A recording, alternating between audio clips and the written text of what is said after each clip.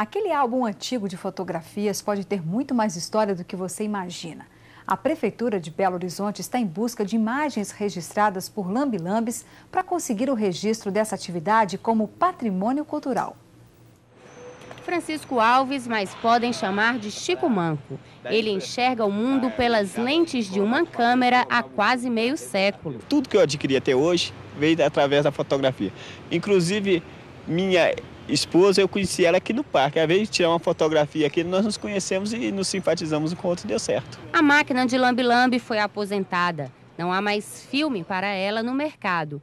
Mesmo assim, continua ao lado de Chico Manco.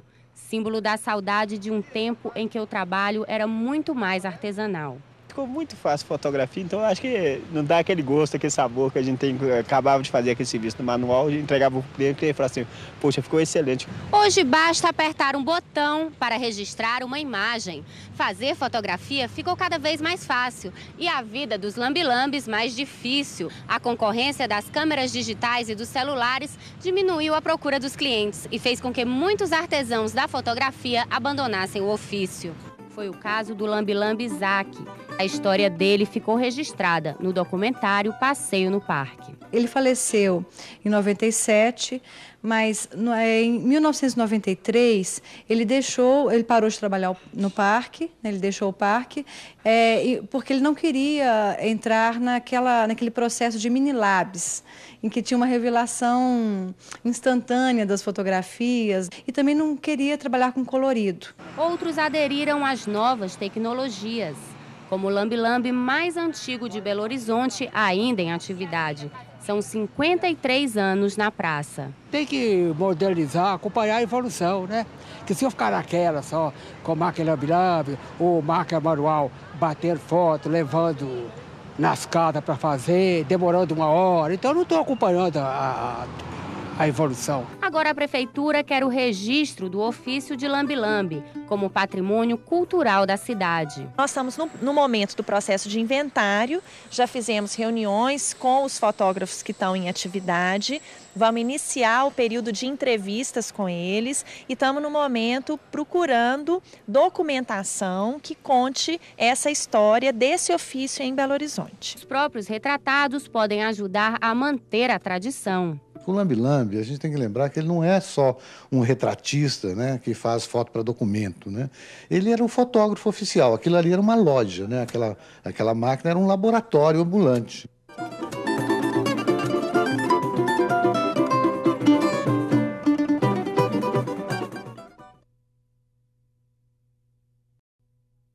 Histórias de bairros de Belo Horizonte que muitos só conhecem de ouvir falar estão agora registradas em livros. Um projeto do Arquivo Público levanta as origens das 9 regionais da capital e toda essa história ainda vai ser ensinada em sala de aula.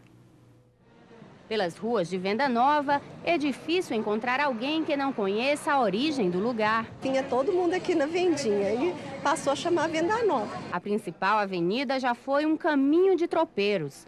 De lá para cá, muita coisa mudou. Tá bem pequenininha, né? Era só uma rua estreitinha e agora já tá...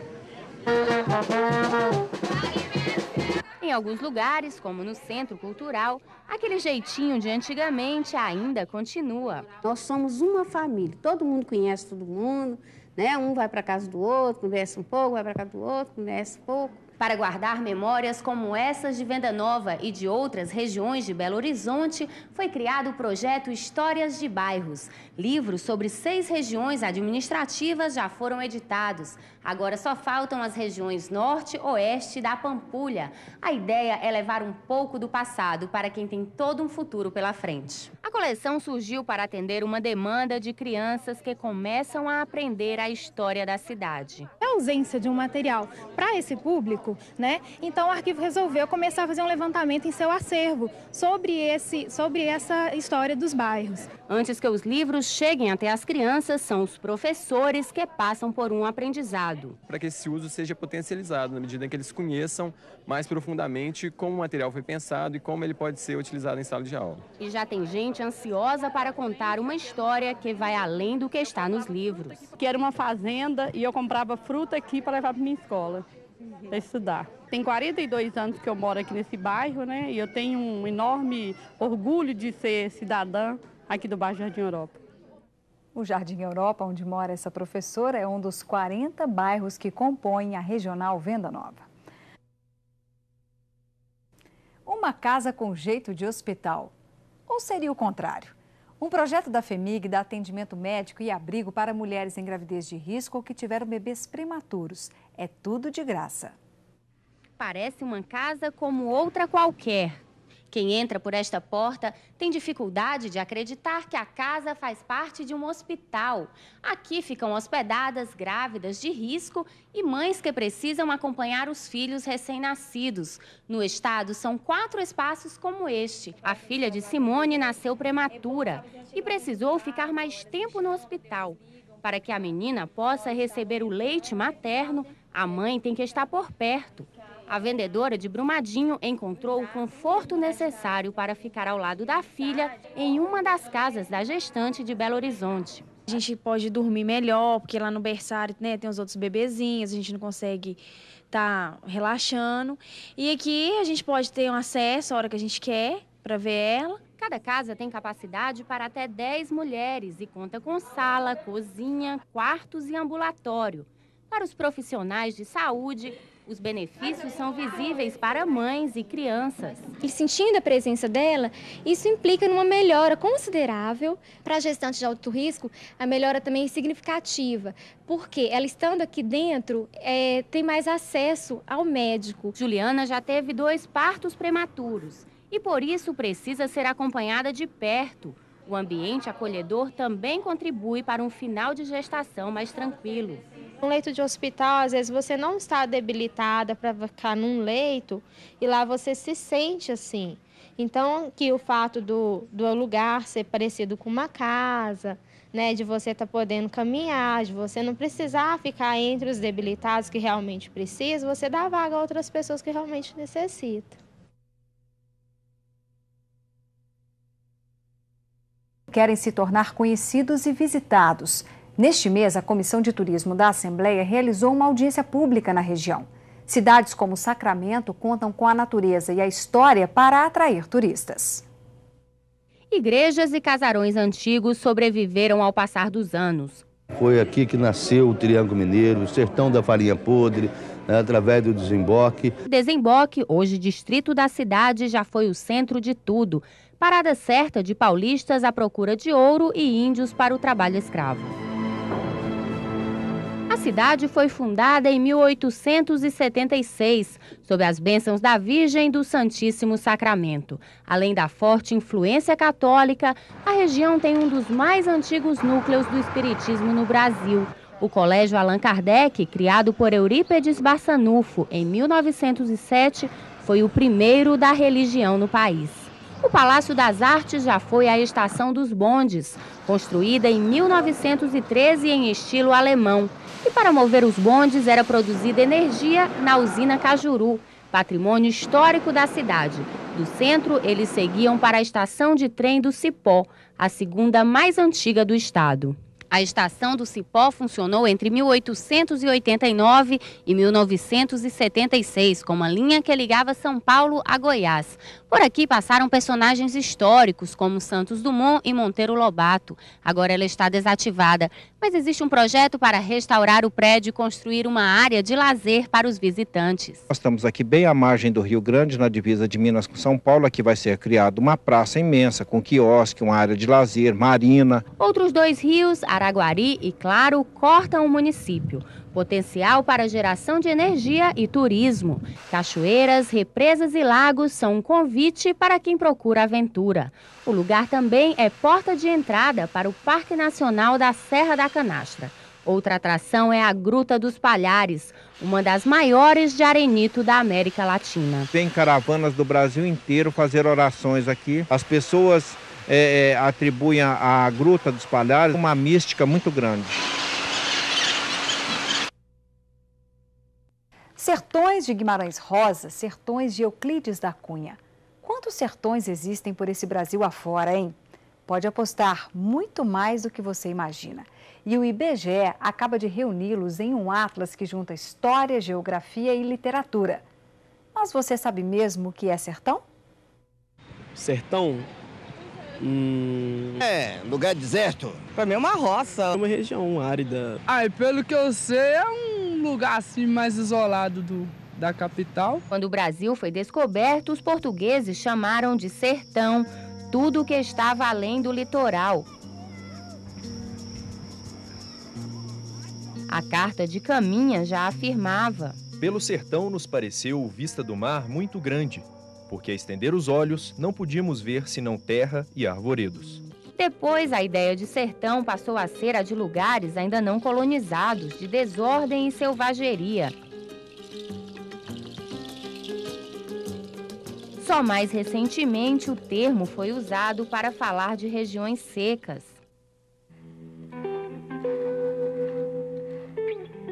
O sertão não é um lugar específico. O sertão é a ideia que se tem de um lugar em diferentes momentos da nossa história de ocupação. Minas são muitas e os sertões de Minas também são muitos. Até em lugares que ninguém imagina. Aqui na Serra do Rola Moça, pertinho da capital, é o começo do Sertão do Ouro, que no século XVIII atraiu muita gente à procura de riquezas. As aventuras em busca do minério estão presentes em romances como os de Vera Teles e Paulo Setúbal. Todos os sertões foram retratados e contados pela literatura e agora estão reunidos com as suas histórias no Atlas das Representações Literárias de Regiões Brasileiras.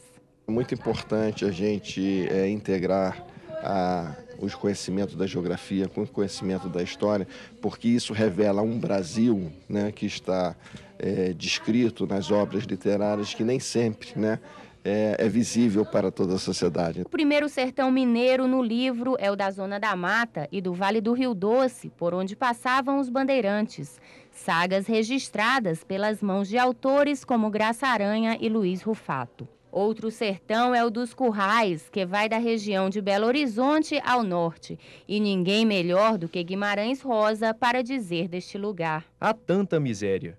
O Chapadão no Pardo é igual. Há muita gente entristece, mas eu já nasci gostando dele. Sertões diversos, mas com alguma coisa em comum. As identidades regionais, elas foram preservadas. Essa diferenciação foi preservada e se mantém até os dias de hoje. Isso é que é o grande barato do livro.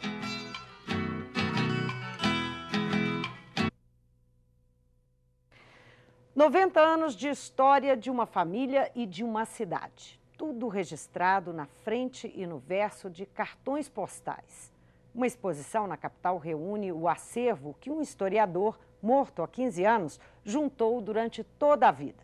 Mais do que as transformações que ocorreram em Belo Horizonte, as correspondências narram costumes de um tempo bem diferente. Quem nunca esperou a chegada de uma carta ou escreveu para alguém que está distante? Nestes cartões, relatos da família Gravatá. No verso do postal, Elvira agradece ao filho por um lindo sapato vermelho, mas depois pede que ele troque por um marrom.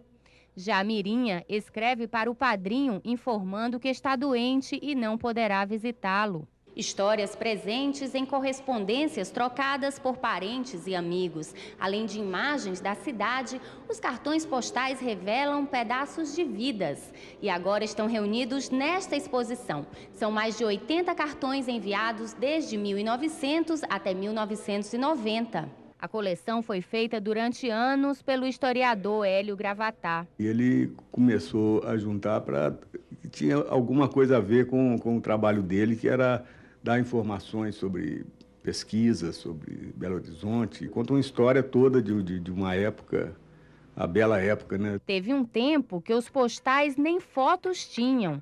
Depois passaram a mostrar a cidade e as transformações que ela sofreu. Nas mensagens, costumes que não existem mais. A caligrafia é cuidadosa e o vocabulário, às vezes, muito formal. Detalhes que deixam saudade até em quem não viveu naquela época. Faz parte do cotidiano de uma época, mas remete ao nosso próprio cotidiano. São histórias de tios, de padrinhos, de primos, de cuidados que a mãe tem com o filho. Então você acaba se reconhecendo ou reconhecendo parte da história da sua família nesse cotidiano que está retratado nos cartões.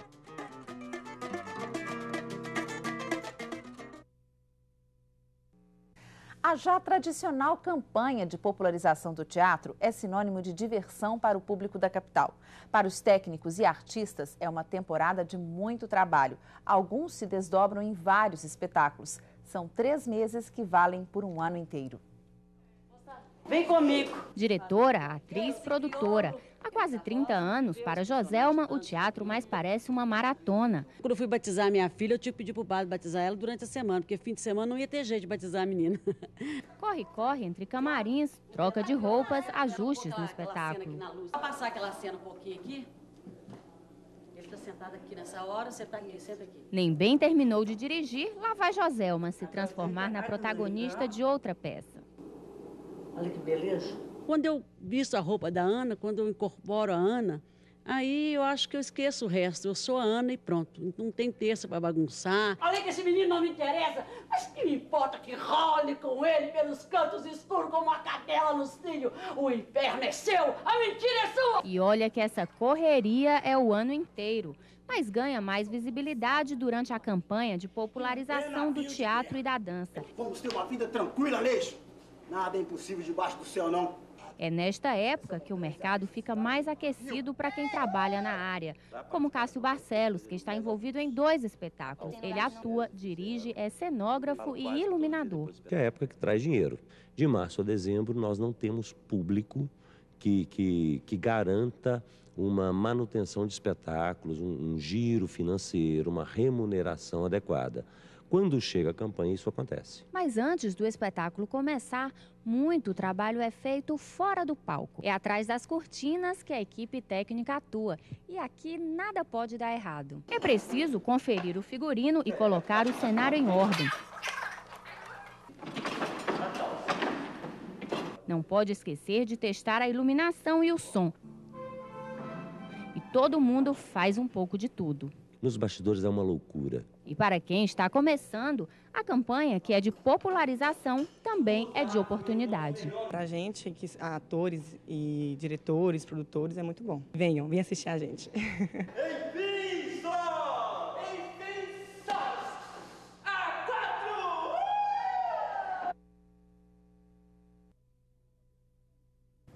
O Centro de Referência à População de Rua de Belo Horizonte faz nesta semana um mutirão para se tirar de graça título de eleitor e documentos de registro civil. Rafael foi fazer a segunda via do registro de nascimento da filha, perdido há 6 meses. Ninguém pode ficar sem um documento ultimamente, né? Porque a violência está demais, então ficar na rua sem documento não aconselho ninguém. Alexandra perdeu o título. Ela aproveitou para tirar um novo documento e agora vai votar mais perto de casa. Desde novembro que eu perdi meu título até hoje, né? Hoje que eu consegui, graças a Deus.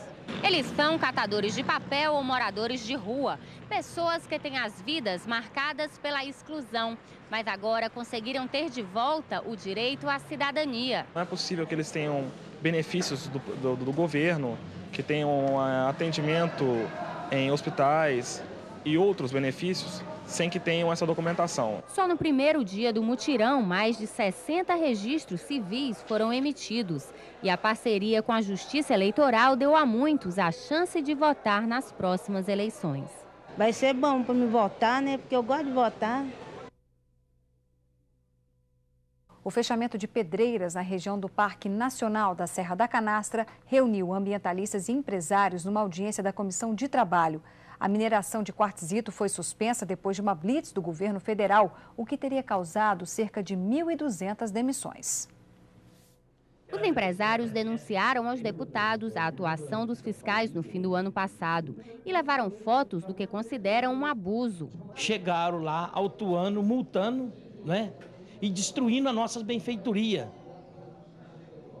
Cantina, almoxerifado, alojamento. O Instituto Chico Mendes, responsável pela fiscalização, alega que os empresários não poderiam ter construído na área, mas ficou de investigar a denúncia.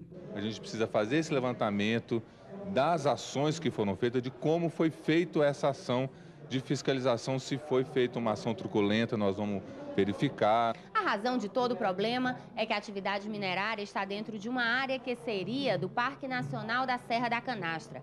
Mas desde que o parque foi criado há mais de 30 anos, grande parte dos terrenos não foram desapropriados e nem os donos indenizados. A área total do parque é de 200 mil hectares, mas em 130 mil ainda há atividade econômica. Um projeto para redefinir a demarcação, excluindo as áreas já ocupadas, está no Congresso. Mas a Comissão de Trabalho da Assembleia quer uma solução antes de o projeto ser votado. Poderia fazer um TAC, né, que é um termo de ajustamento de conduta entre os extratores de pedras e também o Ministério Público Federal, onde você discute um projeto técnico, onde possa ter uma exploração das pedras de forma autossustentável. Quem depende do trabalho nas pedreiras torce para que a solução venha logo. Nascemos lá na cidade, sempre vivemos dessa mineração. Não tem para onde nós ir. A Comissão de Assuntos Municipais discutiu a situação de 300 trabalhadores que prestam serviço à Gasmig na cidade de Ouro Branco. Eles estão há 3 meses sem receber. O sonho de emprego numa grande empresa como a ADM atraiu trabalhadores de todo o país para Ouro Branco. Eu vim do Ceará. Sergipe, a cidade é Lagarto. Mas a obra está parada e cerca de 300 funcionários há 3 meses sem salário. A família está passando fome. E se não é o sindicato segurando a nossa barra aqui até hoje, nós estaríamos passando fome aqui também. O problema começou com a rescisão do contrato da ADM com a Gasmig. Desde setembro, os trabalhos estão parados. Mas o conflito entre as duas empresas vem de antes. A ADM foi desclassificada pela Gasmig ainda na licitação da obra, mas conseguiu na justiça o direito de continuar na disputa e saiu vencedora. Na audiência, a Gasmig alegou que a ADM não cumpria exigências técnicas e garantiu que os funcionários serão aproveitados pela nova contratada. A Gasmig vai atuar nesse sentido, de modo a orientar as empresas para essa absorção da mão de obra. A comissão vai solicitar na Justiça o bloqueio dos bens das duas empresas. Para os deputados, o conflito pode ser longo, mas os trabalhadores não podem esperar.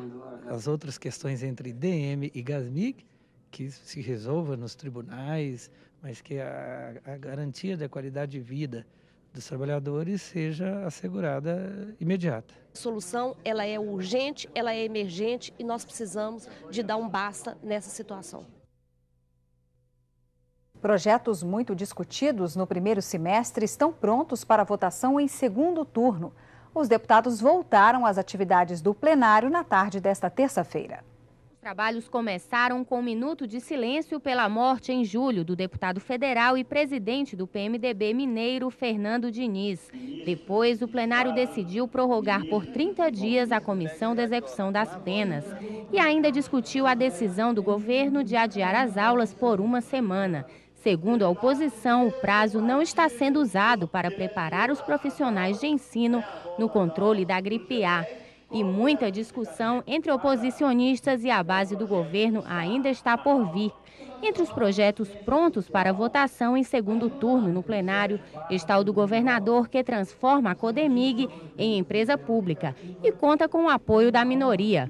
Mas no projeto da Lei Florestal, a oposição não vai ceder. As concessões que fizemos chegaram no limite e acreditamos que o projeto venha atender realmente a necessidade de Minas Gerais. Aprovar a Lei Florestal também é prioridade para a bancada do governo, que ainda tem pressa para votar um projeto de empréstimo, 178 milhões de reais do BNDES. Eu espero que em agosto a gente consiga trabalhar limpando a pauta com as pendências que ainda ficaram do primeiro semestre, para que no período de setembro em diante nós possamos nos debruçar com muito carinho, com muita dedicação ao PPAG, né, a questão da lei orçamentária.